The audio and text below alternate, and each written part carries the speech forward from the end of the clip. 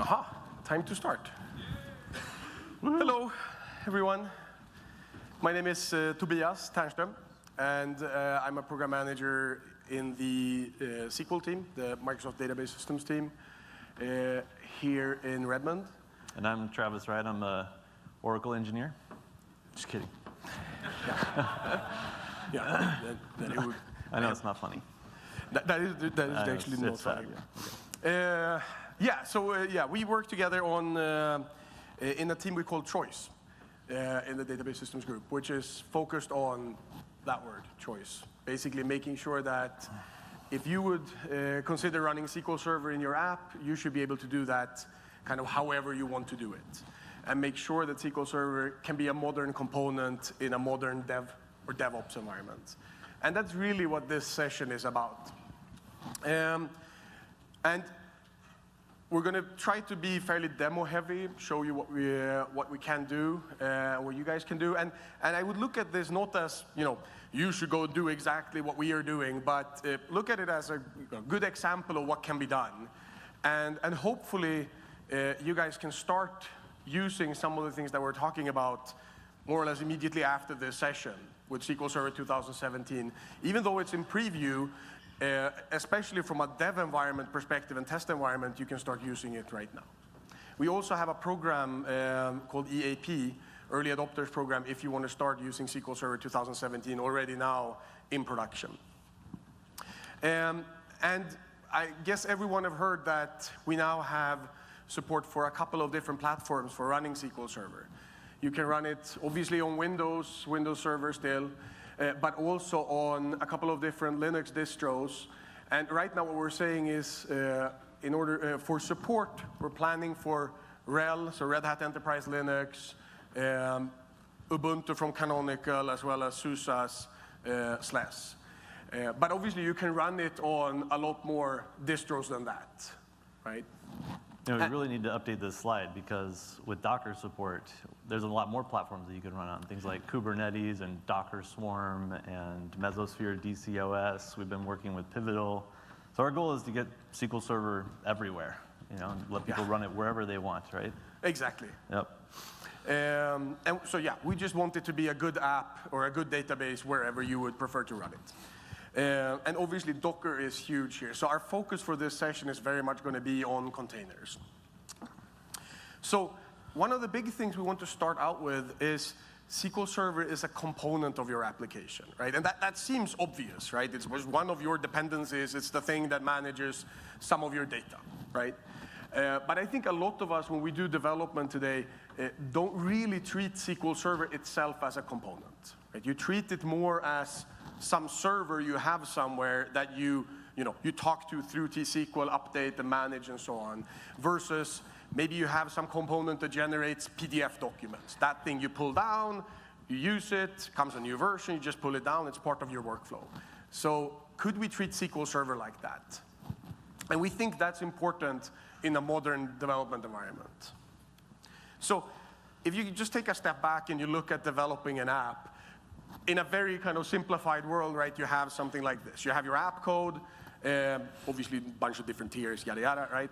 And then you have your database. But you obviously also have a bunch of dependencies, right? And you obviously also run SQL Server.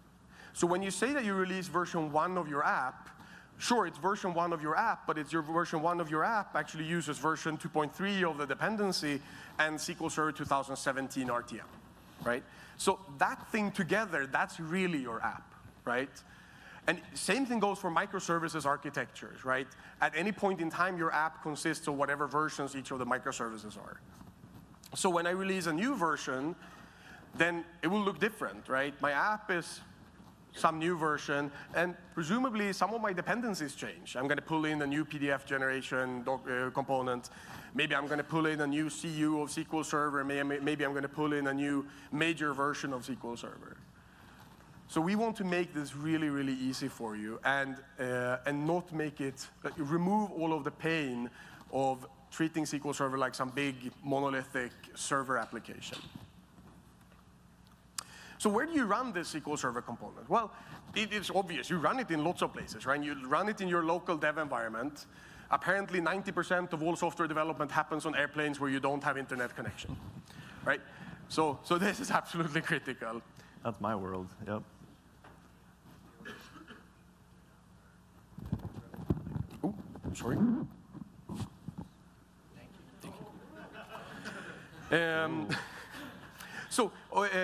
So that's fairly common, right? It's great for running, obviously, your local unit tests, so on, right?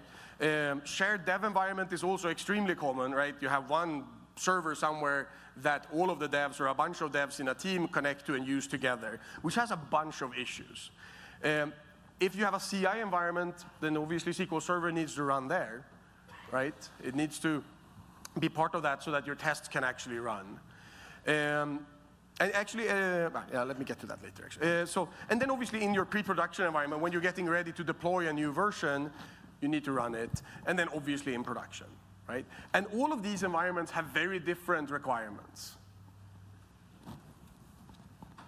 And it's very, very interesting looking at containers. So container technology has been going on for some time. And it's going through, we think, kind of the same paces that virtual machines went through.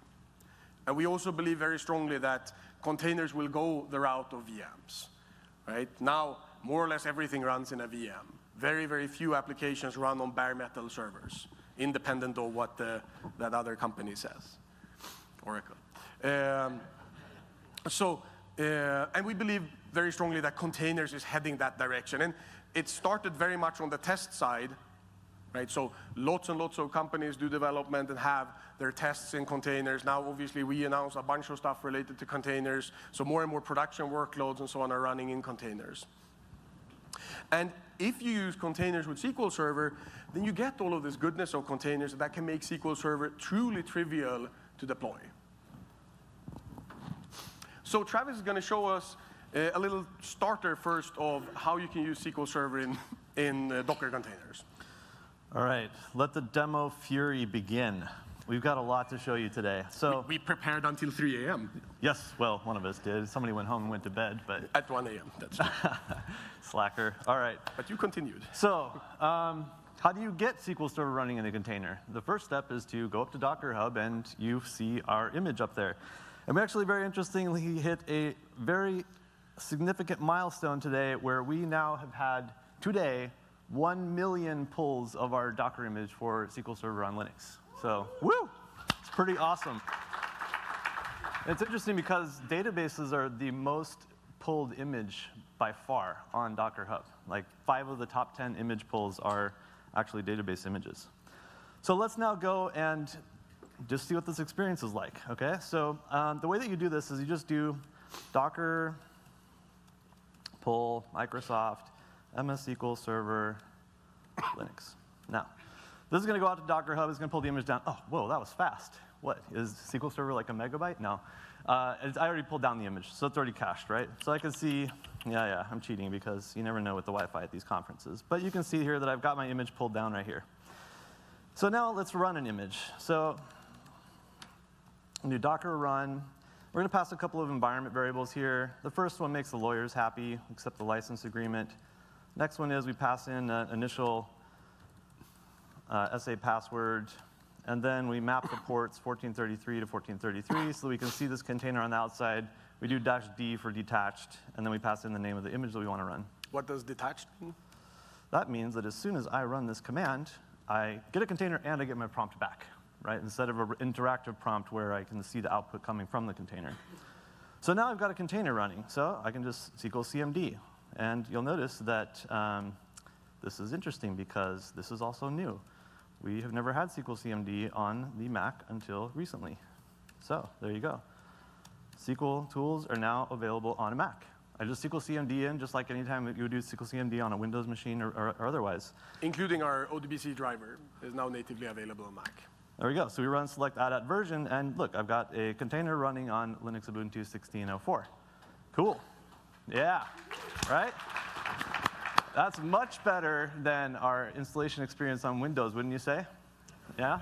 Sorry, guys. No more coffee breaks. You don't have time for that anymore. So now let's just do something similar here. Like Travis doesn't drink coffee, so that's... Yeah.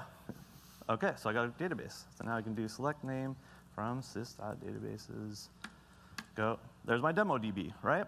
Okay, so now let's do something else. Oops. Now I've got a, what is this? What is this file called? I've got this file here. It's just a simple Node application.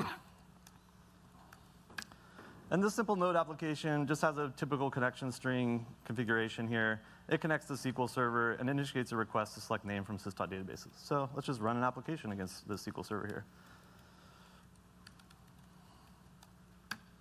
There you go, right? So simple. I've got a Node application that connects to SQL Server just like it would if it was SQL Server running on Windows, right? And it's worth mentioning the Node driver. We usually actually make our own Node driver. But there is an open source Node driver written natively in JavaScript called TDS. So we decided to just go and support that instead. So we've now started helping with bug fixes on that driver. And we also, if you call customer support and you have an issue, we will support you if you run a community open source driver. Right. Okay, so now I want to show you some tooling that's available for cross-platform environments. And so here I've got Visual Studio Code running. And we have a new extension for Visual Studio called very originally MS SQL. I know, we're really good with the names, right? So I have the extension loaded, and if I just type SQL in the command palette here, I can see the different commands that are available from this extension. And I'll just do connect. And it's telling me that if this is it's wanting me to change this file format to be a SQL file. And then I got a cached set of connections. I choose localhost, and you can see down here in the lower right-hand corner it said connecting, and now it's connected to master.sa. And now I can start doing things like select name from sys.databases. Hopefully this is big enough for everybody. Oops, that's too big, right? And now I can run that, and we get an output here. It shows me there's my demo DB, right?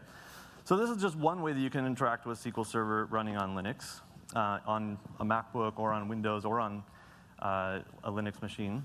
And this is a free extension. It's available on GitHub as an open source project as well. And we're also working on a new cross-platform database admin GUI tool, which will have a kind of similar look and feel to this. It'll be cross-platform, built on the same Electron shell. And it'll also be open source, and that'll be coming out here in the next short little while here. OK, so now we've just kind of seen that this is just SQL Server at this point, right? Nothing really different, actually. So now let's do something a little bit different here. So let's see. We've got a container running here. These short little whiles, are they measured in seconds, days, months? Months. Maybe weeks. OK, so I'm going to drop this container that I had. One nice thing about containers is they're really ephemeral. You can just spin them up, spin them down, and get rid of them. And now we're going to go and we're going to spin up another container, though. And this time, I'm going to do something a little tricky. I'm going to do a volume mount where I mount a directory on my host here where I have some backups to a directory inside the container. I'm going to spin that back up. And just to kind of show you this is the backup directory I mounted here. And I have this file in here called wwi.back. I wonder what that could be. All right, so let's go now, and let's fire up another Visual Studio Code. And we will connect just like we did before. Oh, actually, let's do this. I want to find a file. Don't save. OK, so here we go. We're going to connect again to a localhost. And let's run this query. Oh, look, I have worldwide importers here, and it was backed up from Windows. Let's restore it on SQL Server on Linux. So while that's restoring, let's kind of note here that we're able to use native Linux file path syntax to restore the databases to a Linux directory. And keep in mind that Worldwide Importers is our kind of sample database that has all of the most advanced features of SQL Server 2016 running in it. And we're able to simply restore that to SQL Server running on Linux. There we go. So select star from sys databases. There's wide world importers. Notice the demo is gone because I got rid of that container. And I can now use it. I can select some data from cities. There we go. We're going to insert a city. You can see that New York City is there now. And I can delete. So I've just gone through a full CRUD cycle of using SQL Server on a Linux container on my MacBook. And yes, I work for Microsoft, and this isn't like some weird psychedelic dream that you have, right? This is actually all very real. And it's basically just SQL Server. I think that's kind of the beauty of it, is that you can take your databases from Windows and bring them over, or back and forth, and you can upgrade databases and so on. And we'll see kind of more of that in action here in a minute. So. Thank you, Travis. Yeah, so this is actually very important, right? When we started out on this kind of choice path with SQL Server, making it available on Linux, Docker, Mac, and so on, the most critical thing that we had to deal with was making sure that it's as good on these platforms as on Windows. It's not interesting for us to have some, limping SQL Server available on Linux. So from a performance, scale, feature perspective, it needs to be the same level as Windows. And we did something pretty big a couple of weeks ago where we announced the first official TPC-H benchmark, which is a data warehousing benchmark, with SQL Server 2017 running on Linux. And this is the little TPC-H benchmark. It's a 1 terabyte database. But it's interesting, this first benchmark, what we call like a sneak peek or a sneak preview, SQL Server 2017 on Linux beat our SQL Server 2016 on Windows benchmark or performance for data warehousing by 6%, right? So this is not really a statement that Linux is faster than Windows, but it is a statement that SQL Server 2017 is even better than 2016, independent of if you run it on Windows or Linux. So if we go back into this kind of CI/CD, continuous integration, continuous deployment cycle, this is kind of a typical picture you would see, right? You do development, it starts at development, you write code, at some point you push it, that sets off a build process, runs tests, and at some point you check into some other branch, goes through the same thing and does deploy, right? But this is very much a simplified thing, especially if you work a lot with data. Because a data developers or a developer working with data-centric applications, it doesn't really look like this. That happens the first time. Exactly. This is when you write the app, V1 of the app, the absolute first. Then it starts at development. But from a data perspective, it's different. It really starts from production, right? So what is the first thing if you're going to start a sprint and you're going to do development? Well, you want a copy, probably sanitized copy of your production database. So you have the very latest that customers are working with, or maybe a sample, one of your customers or something like this. And that's what you want to do your development on. So it really starts in production, and then it goes to development. And then there's a very important thing in between, which is pre-production. And pre-production is different because we have these two types of data. We have production data, and then we have sanitized data. So in the development environment, we can't have the transaction table include the credit card numbers, right? We can't have social security numbers, probably names. Lots of these things shouldn't be part of this. So there needs to be some sanitation process that happens before we get to the development environment. And likewise, before we go and deploy and run our pre-production tests, that needs to run on real production data. That shouldn't run on sanitized data. So let's say we're starting off on a new sprint. And the first thing that we would like is to create a dev and test environment so that every engineer in our team can just pull down the latest environment and start working. And that dev and test environment, from a database perspective, should probably include SQL Server, and also the latest, if you will, sanitized production data. And then engineer goes and pushes changes. That automatically starts some continuous integration pipeline and starts running the tests. That continuous integration needs to run using this production data that you've just cleaned and created. So that's an example of the dev environment, and then you have the test environment. And we can see this, we actually do this for our JDBC driver. So we open sourced our JDBC driver last fall. And if you can see here, unfortunately right now it's a little bit embarrassing because the tests are failing.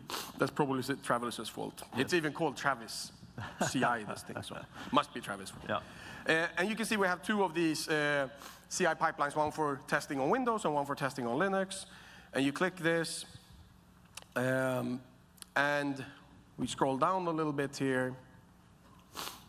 Or scroll down, Here it is at the bottom. There you go. Very bottom.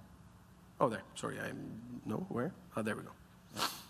So what does this do? Well, it starts with, at some point it gets to, after installing Maven so that it can do build and so on, it Docker pulls our Linux SQL Server Docker image, and then it starts that, it shows the image, and then it starts running the tests. I like the image name there.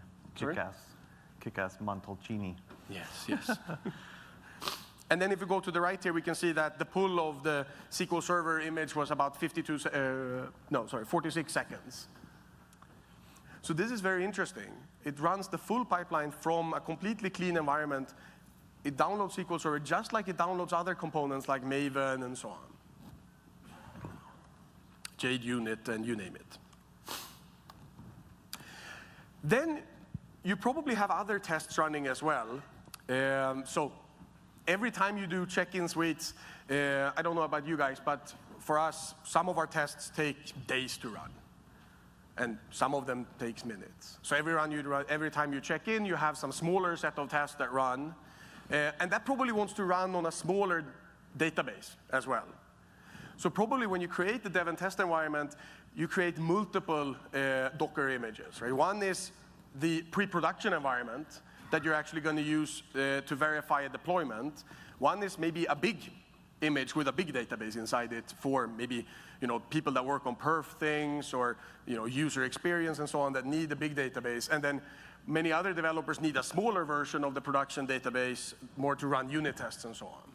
Right? So you create these n number of images that you need, and you use them depending on what you need.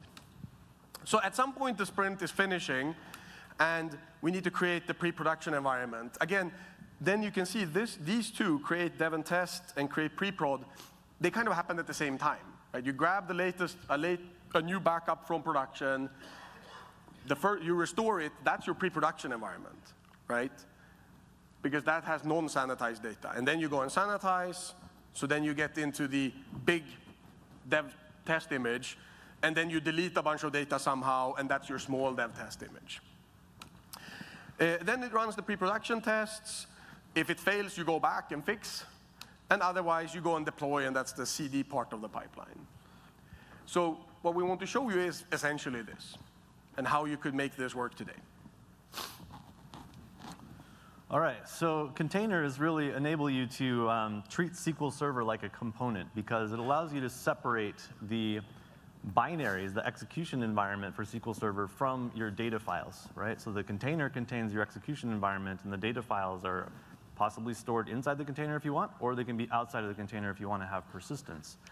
And the nice thing about this is it just makes it super easy for people to get started, right? It's basically just like a file copy. You just Docker pull, and it's like copying down a SQL Server, and you just start it, right? It's just so easy to use.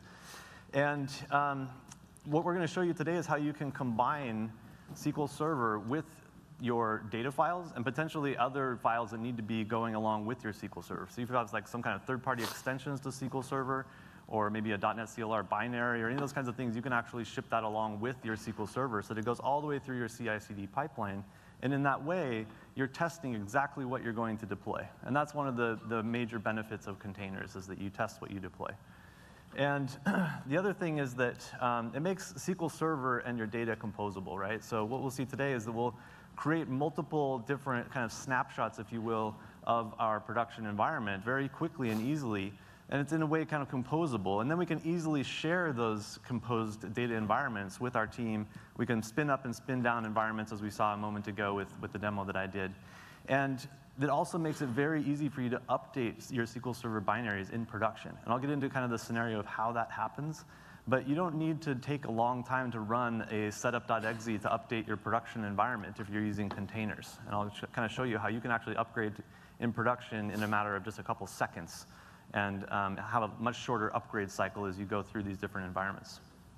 And I think we will talk a little bit more about production later. This is something that's fairly new, so we believe very strongly that it's going to happen, and we're working closely with community, a bunch of different organizations and customers to figure out what is kind of the right way to run SQL Server on containers in production. So, so one thing to kind of keep in mind here is that whenever you start a new sprint cycle, you want to update your dependencies. It might be some JavaScript library, it might be some other code library that you're bringing in through a NuGet package or whatever. But really, SQL Server is just another dependency that you have, and you want to make sure that you have the latest SQL Server binaries, and that you test those all the way through your CI/CD pipeline, so that when you get to the end, you're ready to deploy it into production. And the very key thing about this is that today, traditionally, people have a SQL Server, and it sits out there in production, and it's separately maintained by an operations team. And the development team can't touch it, they can't access it, they can't do anything with it, and they can't actually sort of take a snapshot of that particular production SQL Server and somehow replicate that in their test environment or in their development environment. And what we're proposing is that by using images, the developers can grab the production data, they can use an image of SQL Server that they want that has a particular set of the SQL Server binaries, some particular version. They do all their development and testing using that particular version of the SQL Server binaries, and then they push it out to the production. And if you think about it, Microsoft basically has a CI/CD pipeline too. We produce SQL Server builds and Docker images every single day, and every month we push them out to a public Docker registry, Docker Hub, and you can grab it. And so if you want to think about it, you can actually have like these contiguous CI/CD pipelines. Microsoft has a CI/CD pipeline, and we pop out a new image every month. And I'd like to get to. Do we pop or do we? Oh no. Oh, we do. Well, no. We use some other word at some point. So, okay, yeah. With 2 O's. So then you pop out this this new image, and then your pipeline can pick it up and start to run it through the entire CI/CD cycle. Okay, cool. So let's see if we can try to figure this out. I'm going to go and actually create the whole dev test environment on my machine or on a Linux VM running in Azure. And then Travis is going to use that image and be the engineer. So, and I'm not as cool as Travis. I use this non-MacBook thing. You got a Linux VM, though. It's mostly cool. Mostly cool. OK, cool. So I'm in the bash shell on Windows. So I'm going to SSH into my Linux VM. There we go.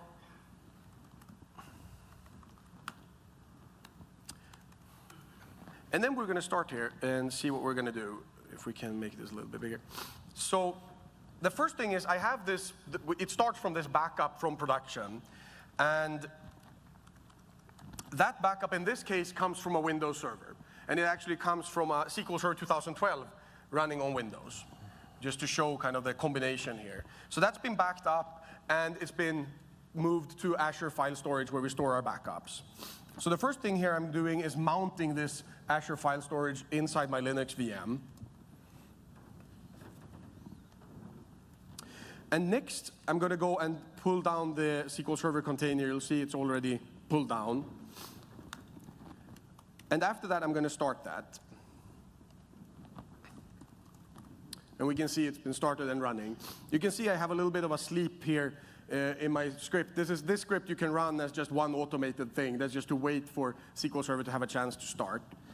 And I think that's probably important to point out is that normally you'd probably just have this running as like a Jenkins job or something. Periodically, you're building all these images as part of a job, right? But we're stepping through it one command at a time just to show you the process we built out. Exactly. So we can try and connect, and you can see it's working, right? Select that version. Another thing that we can see also here in the Docker image is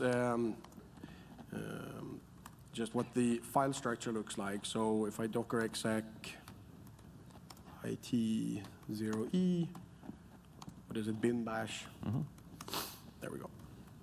So now I'm on a prompt inside my Docker container that I just started. And we can just see that the SQL Server files are located in var opt MS SQL.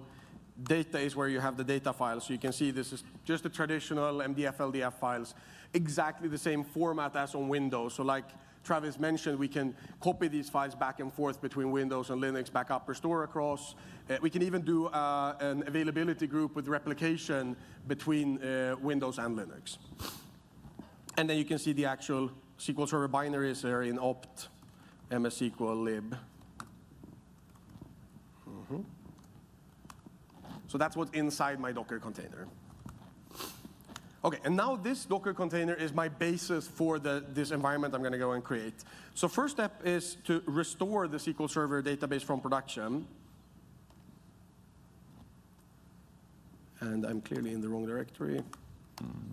What is it? DevOps, Docker. There we go. And the restore is simple, nothing special. It's downloading that file off of Azure, actually. And then I have to use with move because of the fact that the file is on, by default, we put the restore in the same paths as where it was backed up, but obviously it was backed up on Windows. So C:\program files don't exist on Linux. And you can see also it goes through all of these backup steps because we're now upgrading from SQL Server 2012 to SQL Server 2017. Upgrade steps. Upgrade steps. Yep. So next step is I'm going to go and commit this image because right now I have a great image for running my pre-production tests. Right? It has my production data, but it doesn't have it sanitized. It's kind of the original data. So we'll commit that and list the images. We can see that we now have the DB pre-prod image created. So next step, I'm going to do sanitation. So we can look at, this is a simple kind of university application that has a table called person in it. So we can see we have a couple of people here. I list the first 10 people. And the sanitation script is very interesting. So we use, for sanitation, we use, I'm from Sweden, so we call it Norwegian encryption. You should see the Swedish encryption. It's too lower. Yes, yeah. But it's very advanced.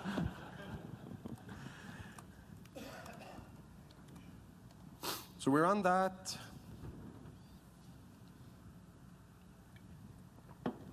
And this is the large database now. So I think we have 1 million people in this person table. And then let's rerun the select, and now we can see with the Norwegian encryption what it looks like. So next step after we sanitized it, now we have a great image for our development environment and test environment. That's the big image. Yep, question? Does it support always-on encryption? Oh, so the question is, does SQL Server on Linux / Docker support always-on encryption? So you mean always encrypted? Yes. Yes. So SQL Server on Linux, Docker, we support more or less all of the features in SQL Server on Windows. There are some things like file table, for example, is very closely tied to the Win32 file system. We don't support that, but yeah, always encrypted, transparent data encryption, in-memory OLTP, in-memory column store, all of those things we support. So other question is, do we support Windows authentication on SQL Server on Linux? Not just yet. Windows authentication is a little bit of a complex so we will never support Windows auth because that's actually using a local Windows account to log in, and that doesn't exist. But AD auth we will support. So that's coming. There's another question? Good question. So what about supporting SQL Server integration services? Yeah, we're working on that. So that's also coming to Linux. Last question, yeah. Will container be part of always-on? Yes. Yes. Yeah. So the question is, can containers be part of an always-on set? Yes. So that's a fairly complex subject, though. So if that's interesting to you, please come talk to me afterwards. Yes. Mm-hmm. Okay. So then I'll go and do the commit. So now we're creating the big, if you will, dev image. So every time I commit, I write out what's in the image right now to the file system, and we can list the images we have now. And now we can see we have the pre-prod, we have the big temp image. And next, we're going to shrink the database to create the smaller dev image. And right now, the shrink is a very simple thing. Right? I just run a delete statement. There are smarter ways if you want to shrink faster, right? But this goes now and removes. You would run this to remove a bunch of data to make sure that for your CI pipeline, your unit test, you don't have to download a 1 terabyte image or whatever it is.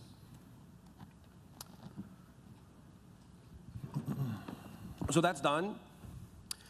And next step is to obviously commit this image. And then I've created kind of the basis for all of the images we need: pre-prod, big dev, small dev. Now the next step is I'm going to just remove the container that I was using as the basis for these images because I don't need it anymore. So rm-f will delete the container and also stop it in the same time. So Docker P, as we can see, we have no more containers running. So next step is, this is not sure that you want to do, but if you want to make sure the images are as small as possible, you may want to flatten them. So I'll start a new image from the dbdev small temp that I just created. And from this image, I'm going to go and do flatten so I can get a smaller image. So we start that, we run the export command, and that's going to create a new image that doesn't have all of the container or image layers before. Now you may want to keep your layers in there because the layers are cached. So it kind of depends on what you want to do. If you squash your image by doing this export-import approach, then you'll end up with a smaller size image, but it will be one layer, right? And so it won't have the cache of all the like operating system layer, and there may be multiple layers. Sometimes the images have like 6 or 7 layers in them. So you can kind of choose which way you want to go with this. But. And then I just go and do something wrong. Go and delete the small image. Okay, that was done. Okay. So let's see, Docker images. So now we have the dbdev small. That's the flattened one, and it's down to 1.3 gigabytes in size. And then you do the same thing for the big one. Start a new container based on the temp thing. We run the export command again to squash and flatten it to make it smaller. And then after this, I'm basically done. Now I have all of these images created, but I have them locally on my laptop, or rather in the Azure VM right now. So next step, and so this is interesting, right? If you think about this from the pipeline perspective, this was all running in some kind of protected environment, right? Because it has all of this real production data. So it's running in this protected VM or whatever, and now the next step is to publish these images. So you publish probably the pre-production image to some protected place, and then you publish the other two to the dev environment where the developers can go and just pull them.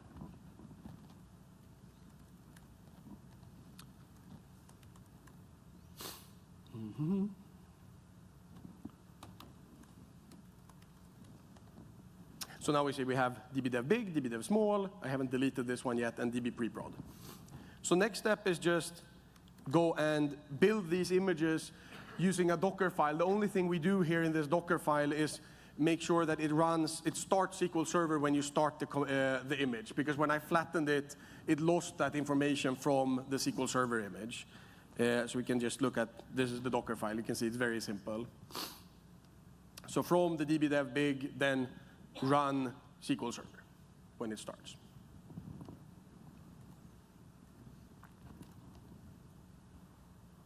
And now I'm in the wrong.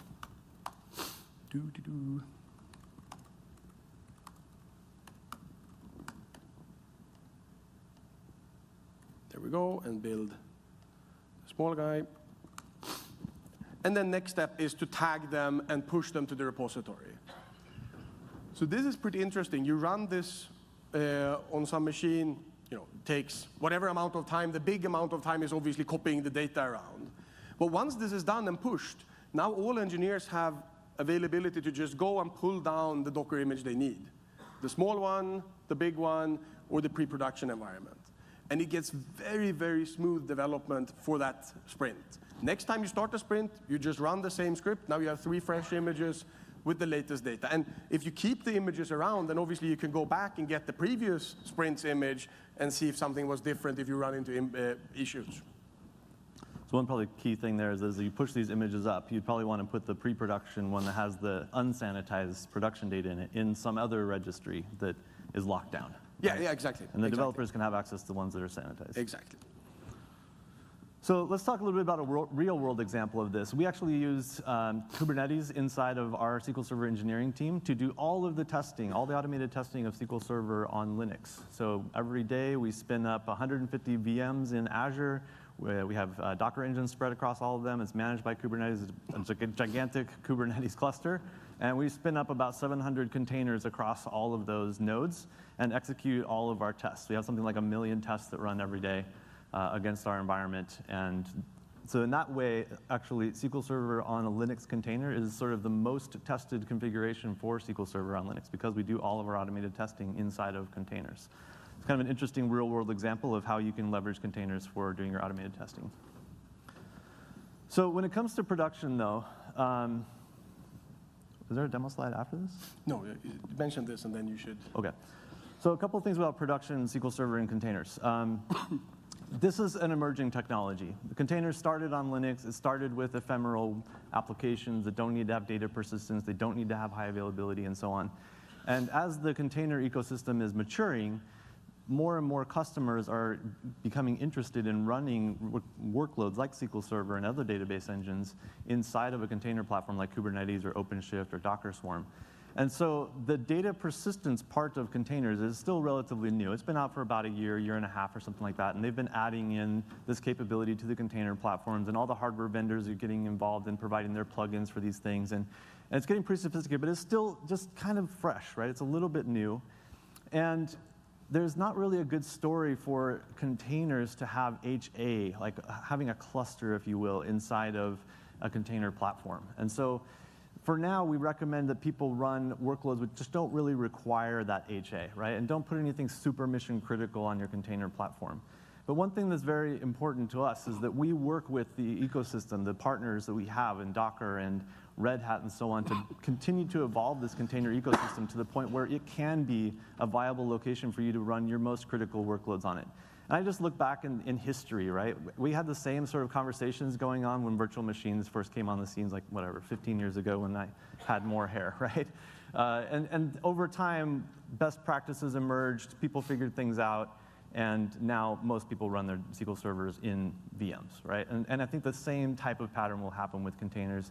It's just that we're early in this cycle. But what we want to do is we want to invite you to engage with us and work with us and try to work through these scenarios and figure out, okay, what are the best practices? How are the ways that we can do these things? What kind of tools do we need and so on?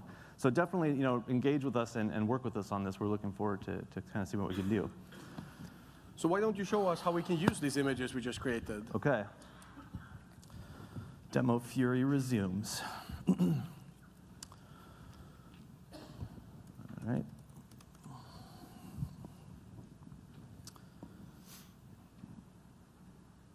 Okay, so I've got the Contoso U application up here.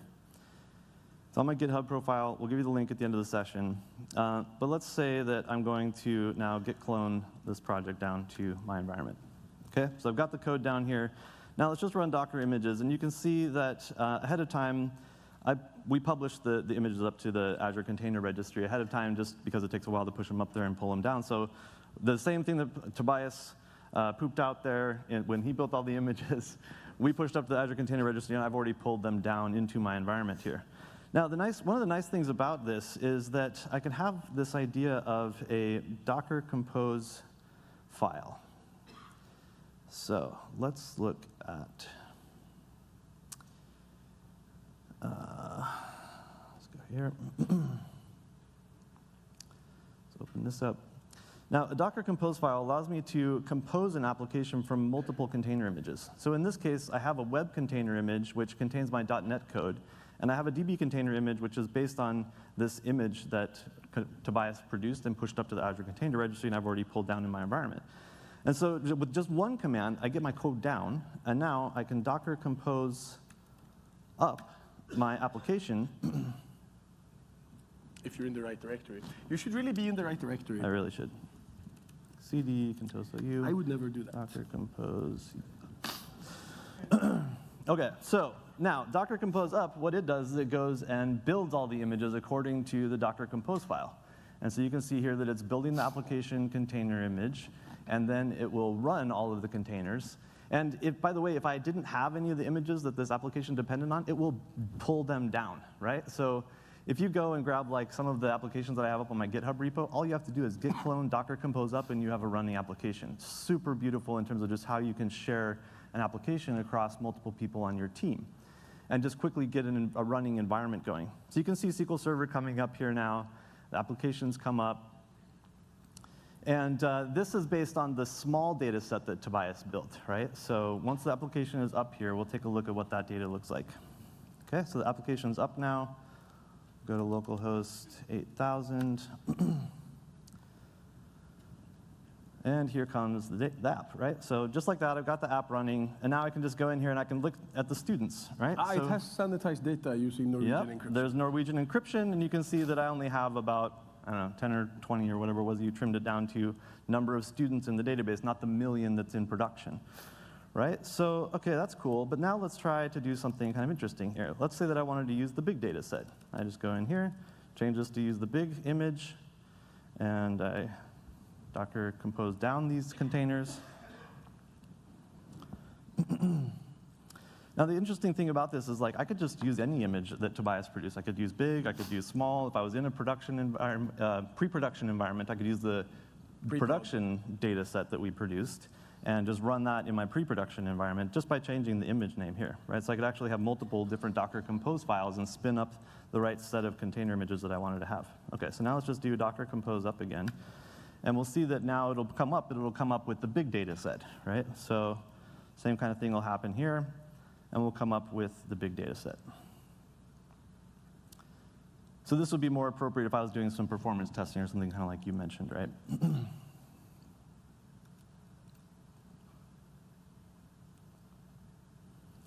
All right, SQL Server is coming up. And it should be up now, and now it's running the application code. Okay, now we go back out here, localhost 8,000. And we can see that we still have the encrypted data, but as I page through this, you'll see that I have way more students, right? So this is just an easy way for me to have different sizes of data set, but it's all encrypted and clean.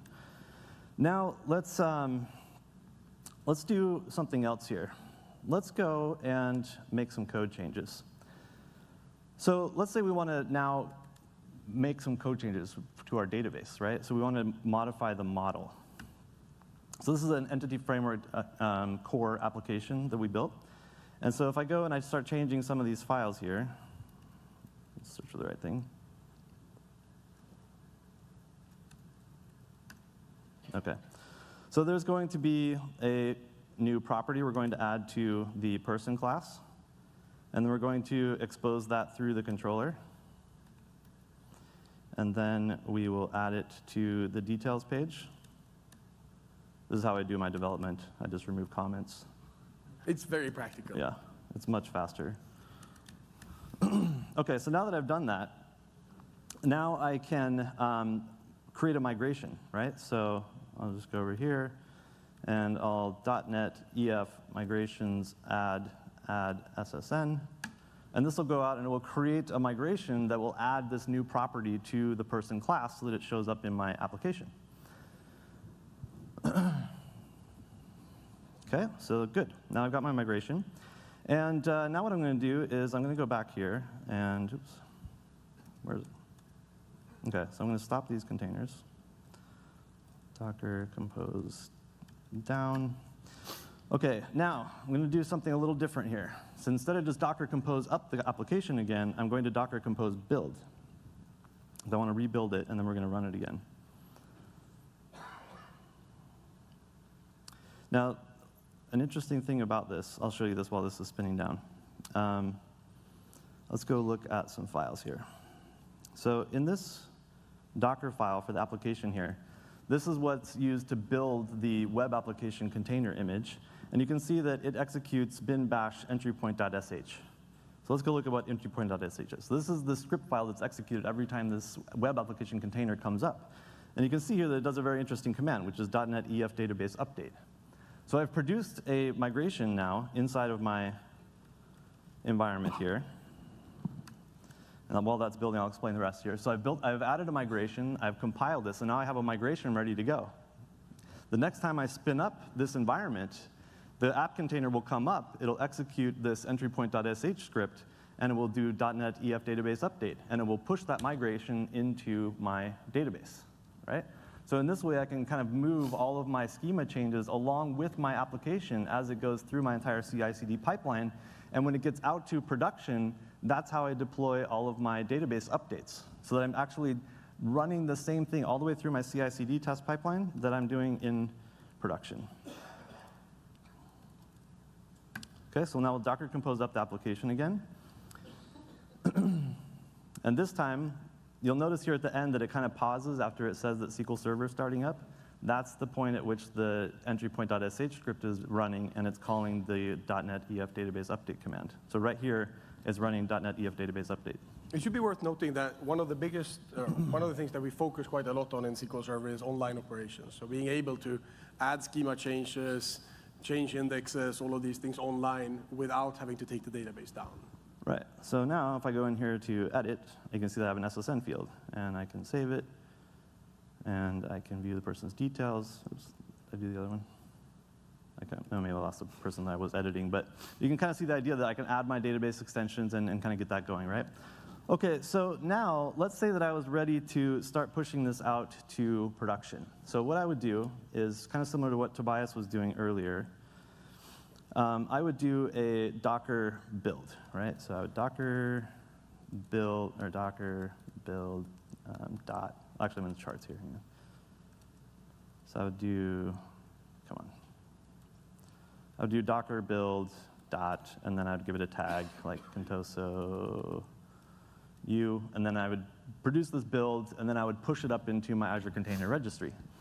So now let's say that I'm ready to start deploying it out into my CI testing environment, or the scheduled test environments for like perf runs or something like that, or I want to start pushing that into production. So one way that I could do that is I could deploy this out onto a Kubernetes cluster. Now, one way to deploy onto a Kubernetes cluster is to use what's called a Helm chart. What's this Kubernetes thing? Oh, Kubernetes. It's a beautiful thing. So Kubernetes is let's see, let's go into here.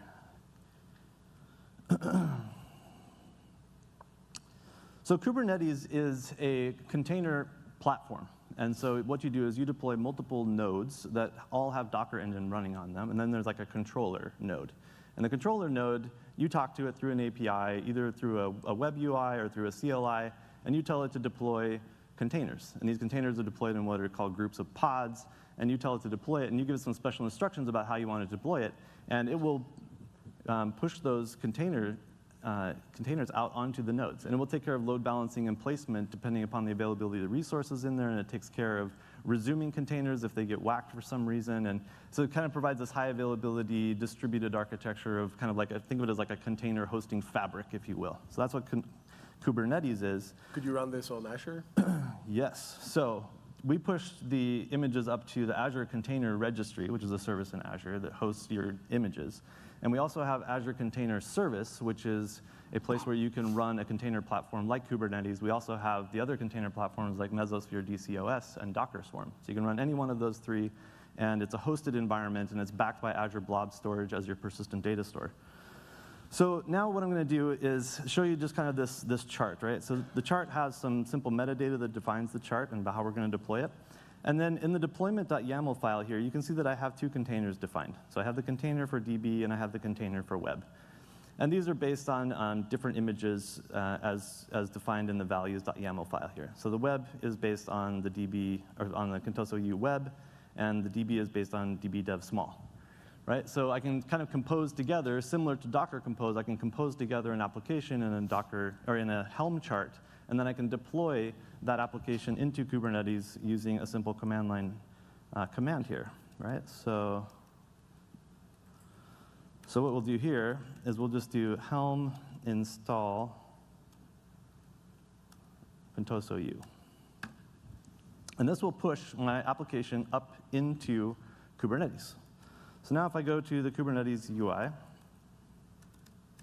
which I have a replicated proxy server here on my local machine, I can see that it's now created a new deployment out there, and the deployment defines how the containers are deployed. It created a new replica set which defines how containers are managed in terms of having multiple replicas of the containers. And I have a pod which has been created, and the pod here is where the containers actually run. So if I drill in here, I can see that within this pod, I have two containers. I have the DB container and the web container. And we can start to go in and view the logs of these, right? So I can go in and look at the DB container that's come up now, and you can see that SQL Server is started. And I can pivot over to the web log, and I can see that this is up and running now. And then by deploying this through a Helm chart, it's also created a service for me. And as soon as this service finishes deploying, then we will be able to access the application. Oh, come on.